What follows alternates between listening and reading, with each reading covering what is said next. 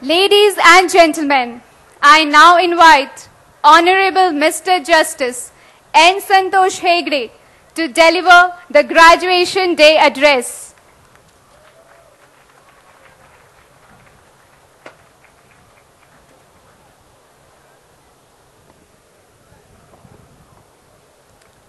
Good evening to you all. President of this evening's function, as also the chairman of Vrindavan Group of Institutions, Dr. Majid A.A. Sabah. Guest of honor, Mr. Saeed Pasha, member of the Indian Administrative Service, Father Sebastian Tekkadal, Principal, Krishna Jayanti College, Bangalore, Dr. Sharma, and other principals and dean present here,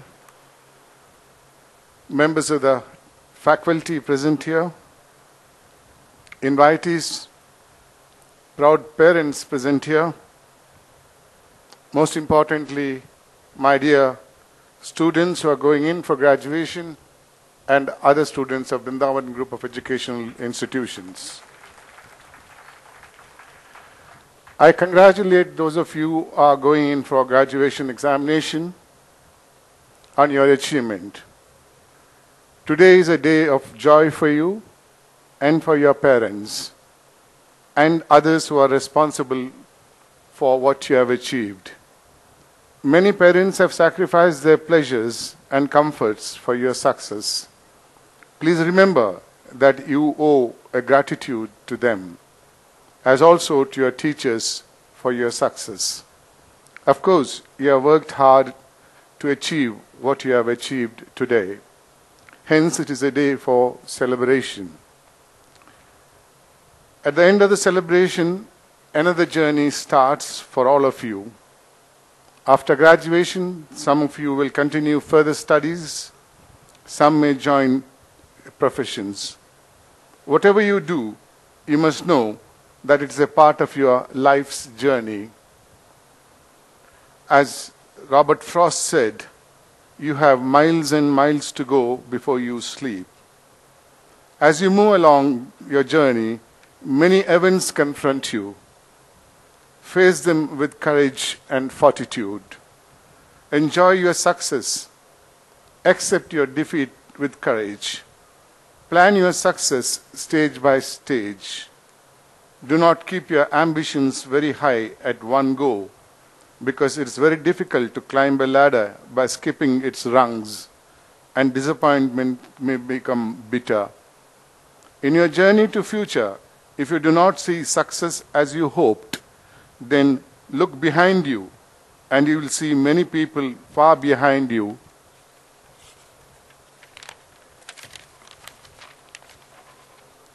who might have been superior to you in many ways, but did not achieve what you achieved.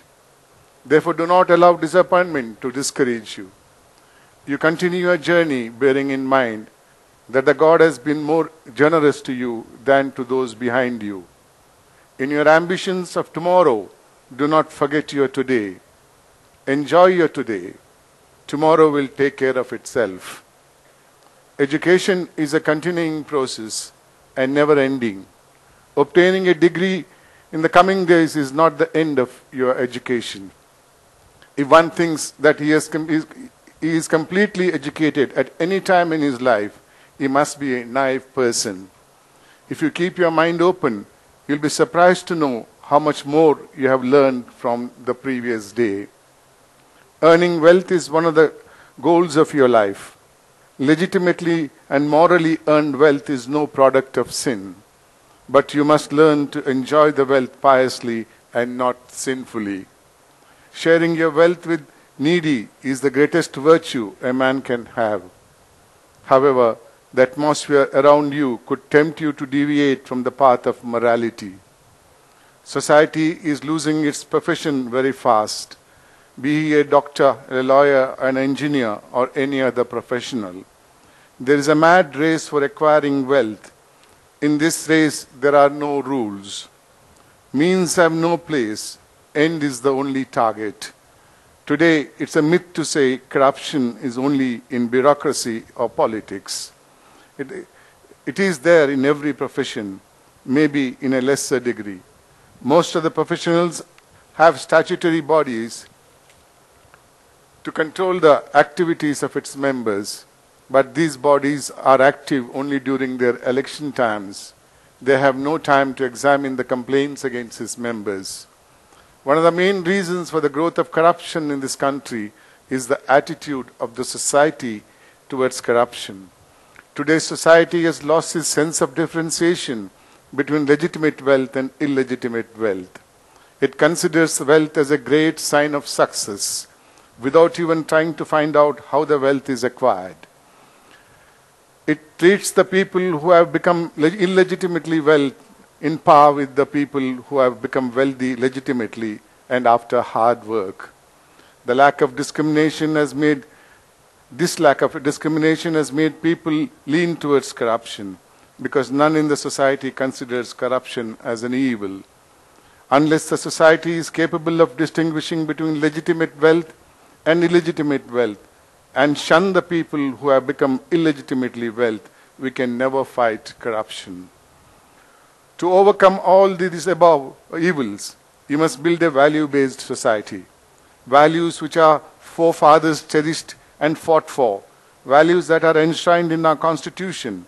The Constitution of India is not only a Bill of Rights, it is a sacred, sacrosanct document. It is as sacred as any holy scripture. The Constitution mandates its citizens to protect the integrity of India, promote religious and linguistic harmony, develop scientific temper, and strive towards excellence, among other values.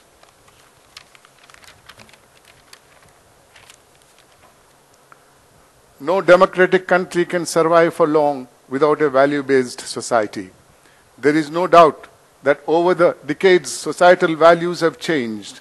The present generation, like mine, is worshipping wealth without even finding out the source. That's why there is mad rush to acquire wealth by all means. This is why today India has a dubious ranking in the list of honest countries.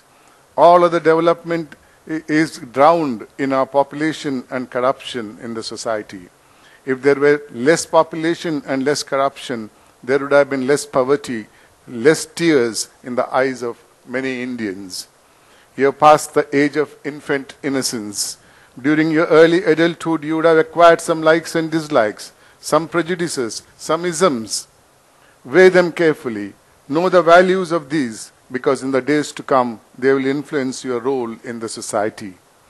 Present-day society is passing through a turbulent period. We have no statesmen to guide and rule us. There is an acute shortage of statesmen, while there is no shortage of politicians. Society today is divided on the basis of religion, caste, affluence, and poverty. You are the future caretakers of this country, hence you should be prepared to take over the reins of the country, which requires you to be good citizens. Hence train yourself to become value-based citizen. One would have expected after 64 years of freedom, this country would have marked towards an egalitarian society. But this has not happened. On the contrary, vociferous tendencies have arisen in the society with the sole aim to divide the society. Do not fall a prey to it. See and treat humanity as a religion and work for unity of the society. It's almost 60 years after the great Constitution of India was enacted, which proclaims to its citizens justice, that is social, economic, and political, liberty of thought, expression, belief, faith, and worship, equality of status and opportunity, fraternity, assuring the dignity of individuals, and unity and integrity of the nation. In spite of all these magnificent ideals in the Constitution, where have we reached? Can we claim that we have secured social and economical justice to all the citizens? Can we honestly contend that among ourselves there is liberty of belief, faith, and worship? Is there equality of status and opportunity amongst all of us? If the answer is no to all these questions, then what is the use of growth achieved by this country? When in reality there is so much of disparity between the urban and the rural, the rich and the poor. This basic difference is creating inequality in the society and is bringing about social division. If there is starvation in our country, our success in scientific and nuclear field are worthless. Poverty elevation and access to basic needs of a human being should be the first priority.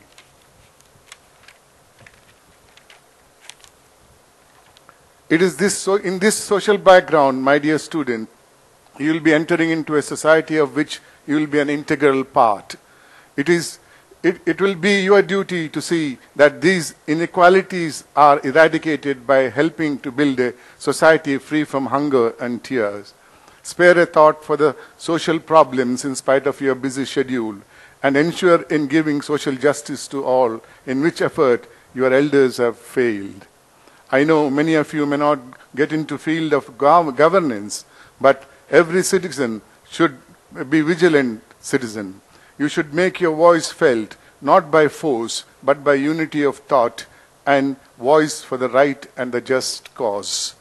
For those of you who may enter administration, be it political or bureaucratic, I would like to inform you that the good governance implies an administration that is sensitive and responsive to the needs of the people and is effective in coping up with the emerging challenges in the society by framing that they are only servants of the people and they owe a duty to the people.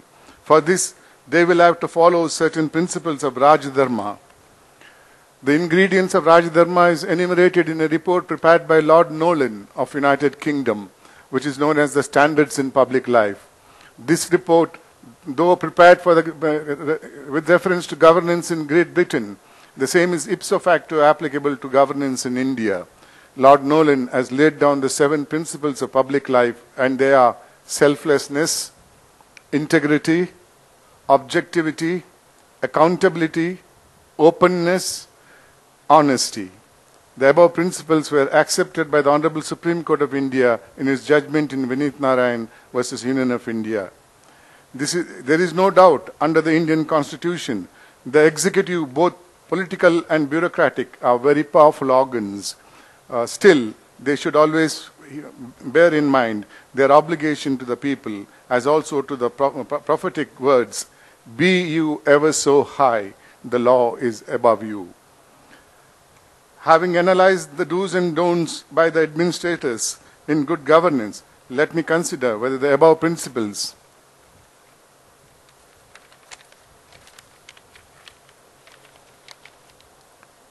laid down by Lord Nolan are still followed in administration in the present day context.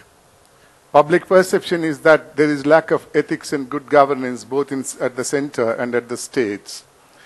Reasons may be many, and this lack is felt not only by the common man but also by the people holding very high offices.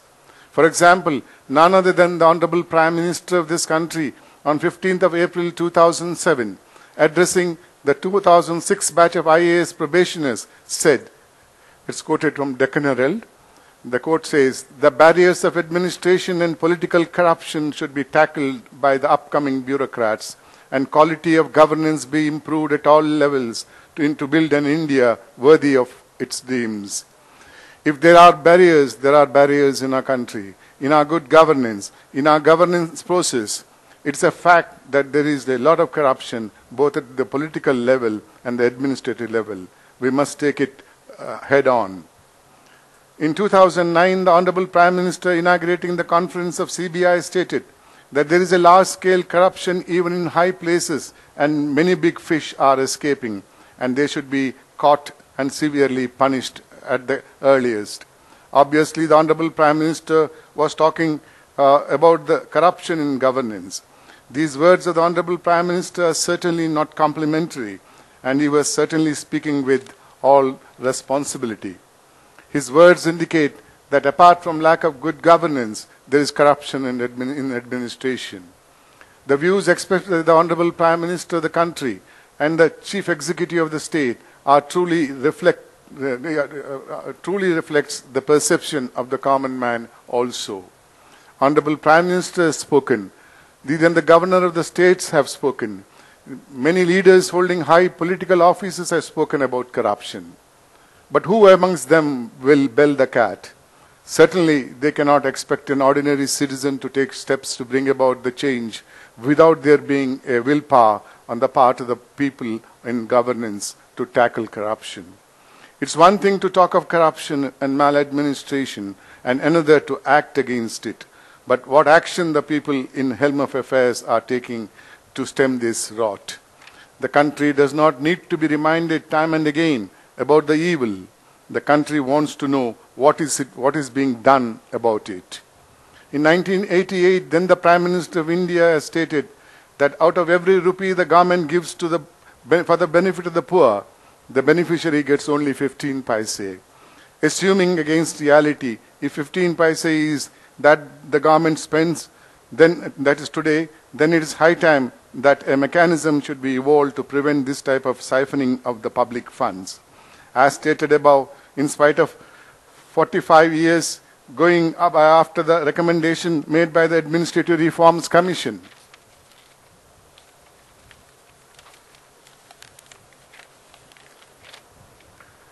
no Lokpal has been set up at the center. Certainly, the agitation initiated by Anna Hazare had some effect, if nothing else. The institution of Lokpal will come into existence in the near future. That's my hope. Transparency and accountability are the factors which make or mar the good governance. Unfortunately, both are lacking in spite of the Right to Information Act coming into force. Good governance requires foresight and master planning. Administration should be able to foresee natural calamities and provide measures in advance to face such calamities. Cynics say, in a democracy, people get the government they deserve. I do not believe it. Maybe in life, many events happen over which we may not have any control. But in a democracy, many changes can be achieved if people fight for it collectively. According to me, good governance is our fundamental right. Collective voice for this will have its own effect. Everyone should raise their voice about it. If it happens one day in future, I'm sure good governance will be the rule of the day. No doubt an eternal vigilance is the price one has to pay in democracy, and the eternal vigilance should be a collective one. While once again congratulating you on your achievement, let me end this address by quoting Gurudev Rabindranath Tagore from Gitanjali. I have not yet finished. Where the mind is without fear and the head is held high, where the knowledge is free, where the world has not been broken into fragments by narrow domestic walls, where words come out from the depth of truth, where tireless striving stretches its arms towards perfection, where clear stream of reason has lost its way into the dreary desert sand of dead habit, where the mind is led forward by thee into the ever-widening thought and action. Into that heaven of freedom, my Father, let my country awake. I hope prayer of Gurudev becomes a reality with efforts of young people like you. I once again congratulate you and thank the organizers of this function for inviting me here. Again, good evening.